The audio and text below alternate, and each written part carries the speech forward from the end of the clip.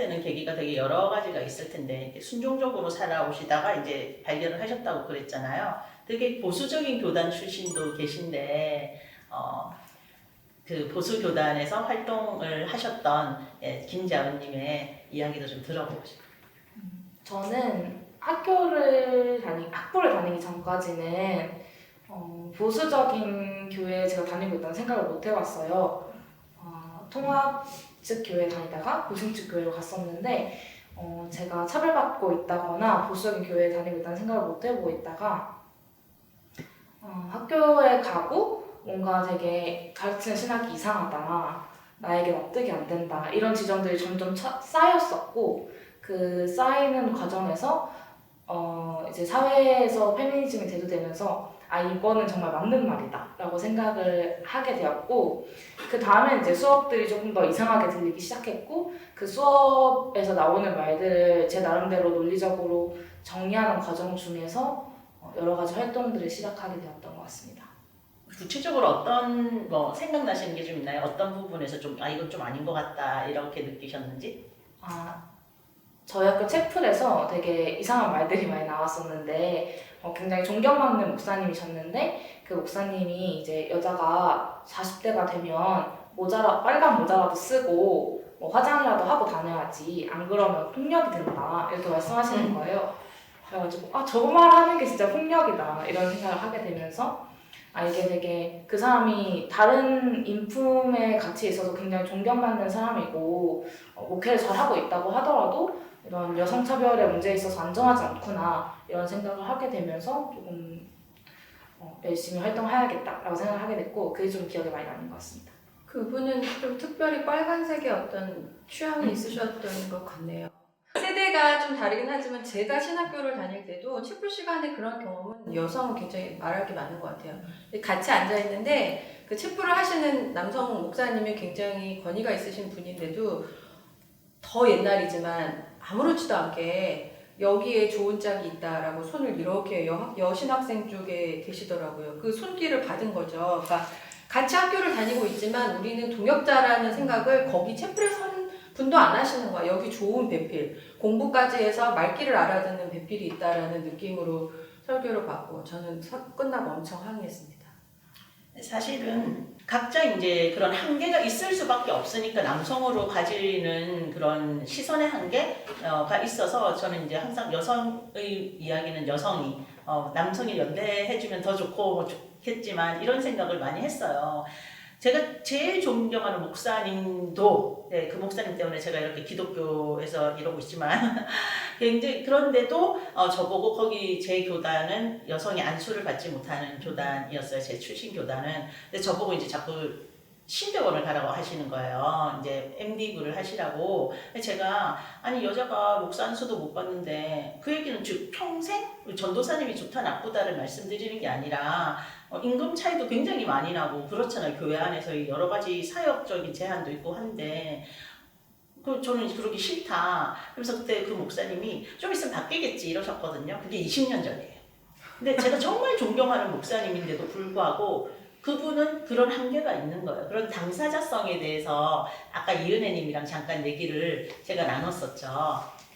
저는 이렇게 특별한 사실 계기점이 없이 엄청 자연스럽게 페미니즘을 접하고 여성신학을 시작한 케이스예요. 예수님을 믿었는데 페미니즘에서 얘기하는 게 예수님을 믿는 것과 별반 다르지 않네? 그래서 자연스럽게 그러면 나는 페미니즘적인 관점으로 신학을 해야겠다라고 생각을 하게 된 거죠. 그런데 제가 가질 수 있는 하나의 장점은 제가 여자라는 당사자성을 갖고 있다는 것이었어요. 그래서 소수자를 대변하는 신학을 하고 싶은데 저는 여성이었고, 그래서 저는 제가 당사자성이 있기 때문에 대변할 수 있는 목소리가 많을 수 있다고 생각이 들었어요. 그래서 마음이 많은 곳에 사실 갔는데 그 소수자의 이름들 중에서 여성의 이름을 가장 우선시해서 가장 제일 앞에 두고 신학 공부를 하면 좋겠다라는 결심을 하게 되었습니다. 마지막으로 유에스더님. 네. 저는 사실 특별한 계기가 있다기보다는 좀 자연스러웠던 것 같아요. 원래도 좀 질문이 많은 성격이라 다니고 있는 교회에서도 이렇게 해석할 수 있지 않을까, 이러면 어떨까, 이런 생각들이 원래도 좀 많았었는데, 그래서 신학을 공부하게 됐고, 다행스럽게도 제가 공부한 곳이 이제 여성주의적 관점에서 신학을 하는 곳이기도 했고, 저에게 그 모든 그 흐름이 되게 자연스러웠던 것 같아요. 기독교인이어서 페미니즘을 접하게 된 거고, 이 두 가지가 제 안에서는 분리가 되지 않았는데, 분리가 되는 경험은 제가 실제로 교회에 갔을 때 그런 분리를 많이 느꼈던 것 같아요. 대학생 선교단체에서 활동할 때도 너는 좀 이단적인 것 같다, 신앙적이지 못한 것 같다, 그렇게 생각해서는 주님께 순종해야 되는데 신앙이라는 건 절대 순종인데 그렇게 의심을 품으면 안 된다, 이런 얘기를 들으면서 현장과 내가 가지고 있는 신앙 혹은 신학 사이에 좀 괴리가 있구나, 이런 걸 많이 느끼면서 정체화하게 된 계기가 있다는 그런 것들인 것 같아요. 네, 활동을 시작하게 된 계기는 저는 약간 점차적으로 여성주의자로 산 게 아니라 급격하게 변한 약간 사도 바울과 같은 케이스인데요. 이제 대학원에 이제 들어와서 목회 상담 전공을 했는데 이제 위기 상담이라는 수업을 처음 듣게 됐어요. 근데 목회 상담을 전공하게 된 계기가 좀 더 유아유치부 부모님들과 소통을 잘하고 싶다, 사역을 잘하고 싶다라는 아주 단순한 계기에서 상담을 시작을 했는데, 이제 위기 상담에서 이제 수업 시간에 이제 여성 교수님이 과제로 이제 세월호 분향소에 한번 다녀와라. 근데 그때가 이제 세월호 사건이 터진 지 딱 2년이 되는 해였는데, 그 전까지 세월호 사건이 뭔지도 모르고 사회문제에 아예 관심도 없고 페미니즘의 패도 모르는 상황이었어요.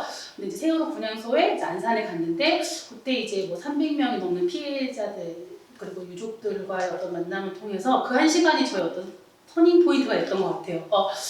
이런 국가적인 폭력 상황에서 교회는 무슨 역할을 하지? 신은 어디에 계시지? 이제 그렇게 하다가 이제 좀 트라우마와 애도 관계에 대해서 좀 상담 공부를 하고 싶다라고 해서 거기에 이제 몰입을 하다가, 이제 그때 당시에 이제 친하게 지내던 친구가 한번 여성 신학을 한번 들어볼래, 다음 과목에. 이제 그러면서 저의 어떤 위기 상담 전공이 이제 성폭력 피해자를 지원을 하는, 그렇게 발전을 하게 된 것 같아요. 그래서 그때 이제 모든 게 깨졌죠. 정말 이제 전 사모로도 불리지 못한 어떤 좀 강한 여성으로 인지가 돼 있어서, 그렇다고 해서 목회자로도 불리지 못한 그런 이중 배제 속에서 내 길은 여기구나 해서 그때 엄청 몰입해서 페미니즘 공부를 하고, 그때 당시 얼마나 매료가 됐냐면 하던 사역도 그만두고 성폭력, 가정폭력, 뭐 전문 상담원 교육 이런 거 찾아다니면서 거기에 좀 몰입을 하면서 활동을 시작하게 됐고요. 그러다가 만난 게 이제 아예 시민단체 쪽으로 빠지려다가 한 후배가 언니 같이 책 모임 할래요? 해서 이제 가게 된 게 이제 감리교 여성지도로 개발원이었고, 거기서 이제 뭐 자기만의 방, 버지니아 울프 책도 읽고 이러면서 교회 성폭력 TF 팀을 맡아볼래요? 이렇게 자연스럽게 스며들면서 활동을 하게 된 것 같아요. 그렇게 이제 활동을 하면서 상임연구원으로 이제 지원을 하게 돼서 지금 일을 하고 있고요. 구체적으로는 이제 교회 성폭력에 아까 말했다시피 근절을 위해서 이제 시위도 하러 다니고, 그리고 이제 교단 내에 너무 성폭력에 대해서 무지하니까 어떻게 이제 교육을 할 수 있을까 하는 걸로 제가 또 감리교 성폭력 예방 강사 위촉됐거든요. 표준 강의안 만들고, 강사로 불러주진 않으면 왜냐면 교회에서는 지금 뭐 젠더라는 말, 성인지 감수성이라는 거를 아예 부정을 하고 현실 때문에 어쨌든 좀 기초 작업 탄탄하기 위해서 뭐 강의안을 만들거나 교단 내에서 활용을 할 수 있는 뭐 매뉴얼 작업에 참여하기도 했고요. 지금 이제 좀 감리교 여성지도 개발원 안에 2030, 20대, 30대 연구원들이 있어요. 요즘 팔복이라고 해서 좀 여성주의의 시선으로, 좀 젊은 사람들 시선으로 팔복은 이렇게 개정이 돼야 된다 라고 해서 요즘 팔복 만들고,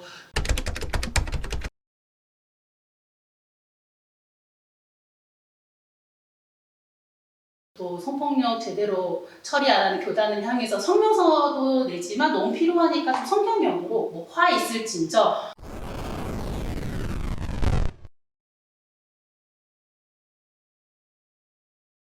해가지고 뭐 교단 성폭력에 방조하는 교단 사람들 뭐 지옥에 가라 뭐 이런 것도 하면서 그런 식으로 활동을 하고 있습니다. 구독, 좋아요 부탁드려요.